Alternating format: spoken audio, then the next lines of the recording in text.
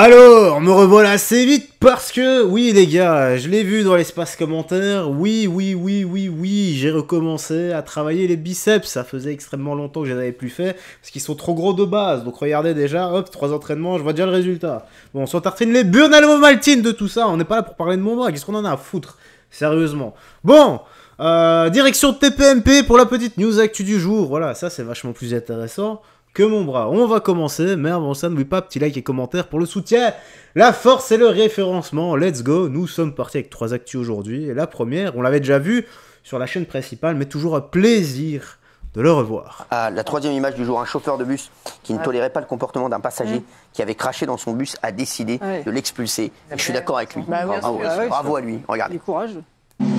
Dégage! Arrête de parler, je négocie pas! Tu craches par terre, même les animaux ils font pas ça! Allez!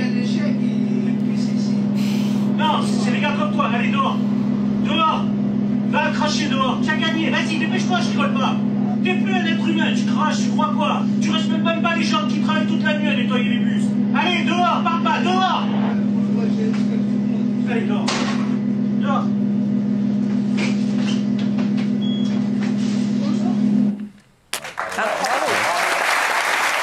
Oui, il mérite un tonnerre d'applaudissements. Bravo à lui. Moi, je trouve ça excellent, rien à dire, parce qu'une fois, j'avais dit attention aux chauffeurs qui, parfois, font acte de brutalité, ça peut se retourner contre eux. Mais là, il le prend fermement, il le pousse. Le gars crache par terre, méprise l'outil de travail, méprise les gens qui nettoient. Donc, le chauffeur, il a bien fait, quoi. Dans les trains, dans les bus, il y en a ras-le-bol des gens qui utilisent ça comme des dépotoirs, qui font n'importe quoi. Les pieds sur la banquette. Les pieds sur la banquette, les mégots. Gilles. Il y a des gens qui nettoient. Gilles. Il faut les respecter. C'est je trouve bien. que là, le chauffeur, dans tout son discours, j'adhère entièrement à ça, quoi. Je suis entièrement d'accord. Exactement, c'est vrai.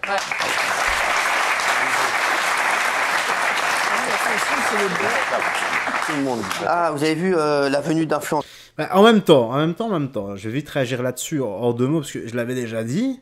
Quand t'as un sauvage et que tu respectes pas les règles, eh bien, c'est ce qui t'attend. C'est qu'on te chope fermement, on t'éduque.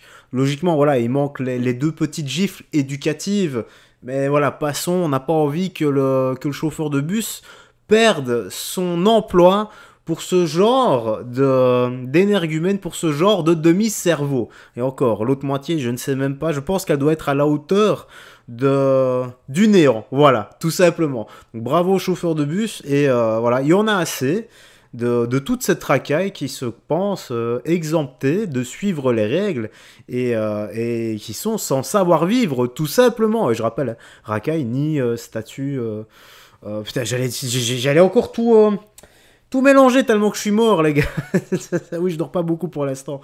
Donc la racaille, ni origine, ni statut social. Faudrait peut-être que je sorte les t-shirts un jour, hein, qui sait. Hein. T'en penses quoi? Influenceur à Bordeaux déclenche de graves débordements. Il y avait Dinos, il y avait l'influenceur Nasdaq qui cartonne aussi pour une séance de dédicace organisée au magasin Food Corner. Regardez. Et Julius?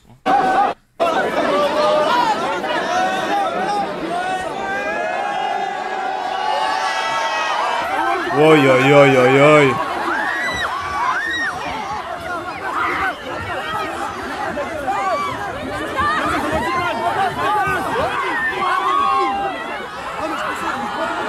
Mais c'est quoi ça? Oh là là! Ah mais je peux pas. Mais c'est incroyable, putain. Et toi, il parle de quoi?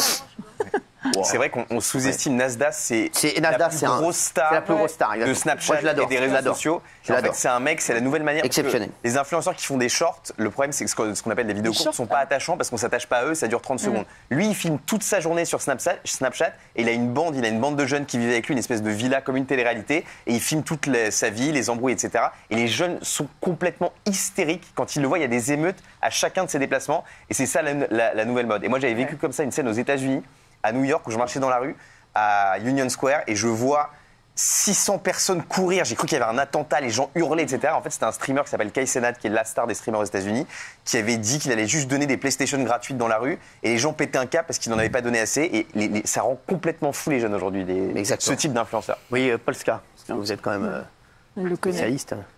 Bah, qu'est-ce que je pense de lui ou... Bah, de ça, vous avez une... Ah bah oui, non, il mérite. Et pourquoi Merci, t'étais pas très mieux, bonne toi, analyse. Oui, merci. Et c'est son domaine. Hein. Heureusement que c'est son domaine. C'est sa spécialité, ouais.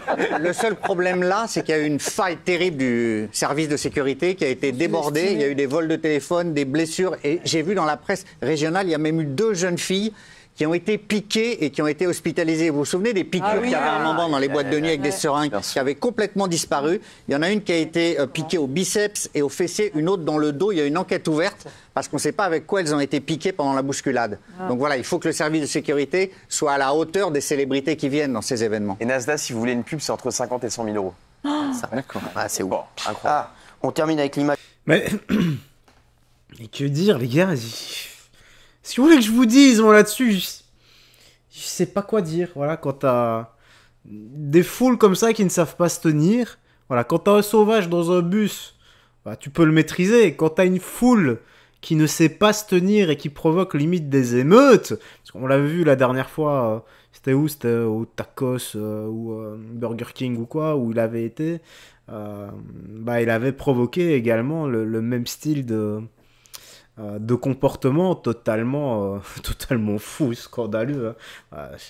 Je dis pas que c'est lui, les gars, je dis juste que bah, c'est la conséquence des personnes qui le suivent, malheureusement. Lui n'est pas tributaire du comportement de ces personnes-là. Lui, on entend bien, les gars, il en peut rien, il vient pour rencontrer les gens. Si les gens ne savent pas se tenir, bon, certains diront on a la communauté qu'on mérite. Je ne sais pas. Bon.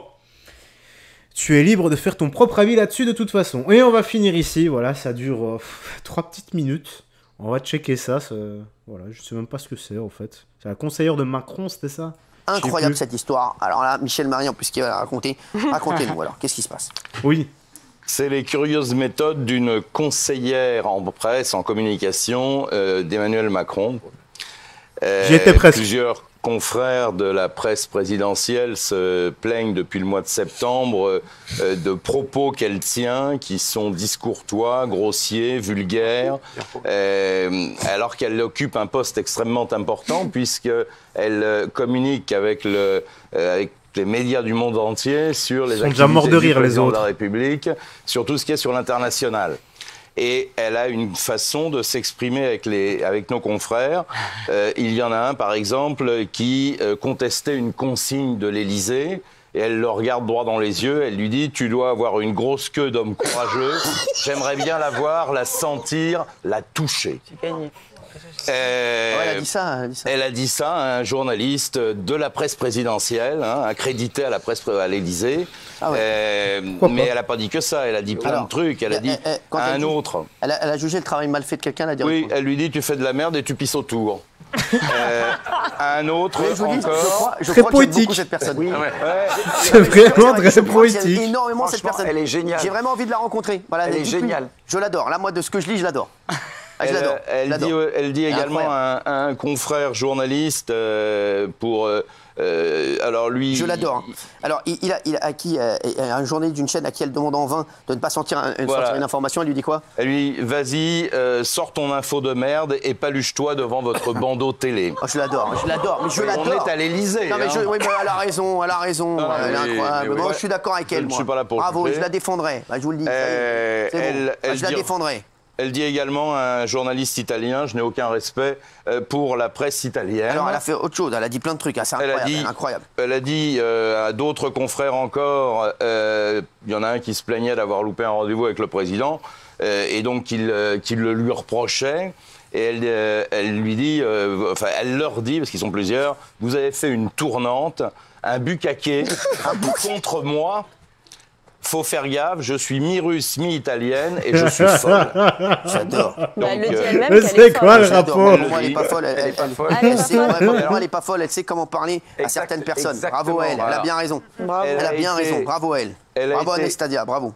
Elle a été finalement entendue par d'autres conseillers de l'Élysée. Elle dit je suis vieille école.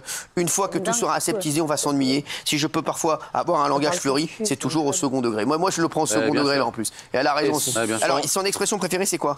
Il faut qu'on arrête de se chatouiller les couilles. Non, il faut qu'on arrête de se chatouiller les couilles, absolument. Et voilà, écoutez, on va arrêter. Voilà les gars, c'est là-dessus qu'on va conclure. On va essayer de... Voilà, donc elle c'est... on va arrêter de se chatouiller les burnes, et moi, enfin les couilles, et moi c'est... on s'entartine les burnes à la Maltine. Voilà, c'est un peu comme l'extrême gauche contre l'extrême droite, qui gagne entre l'expression on va arrêter de se chatouiller, et on s'entartine les burnes. Voilà, le débat est lancé dans l'espace commentaire. Si j'ai le temps, ou plutôt si j'y pense, eh bien, je le mettrai dans commentaire épinglé. Voilà, la petite news actu se termine ici. Rien d'autre à ajouter, prends bien soin de toi, des gens que tu aimes, et on se dit à la prochaine pour d'autres vidéos. Bye bye, et fais très attention à toi. Que Dieu te bénisse aussi, c'est très important.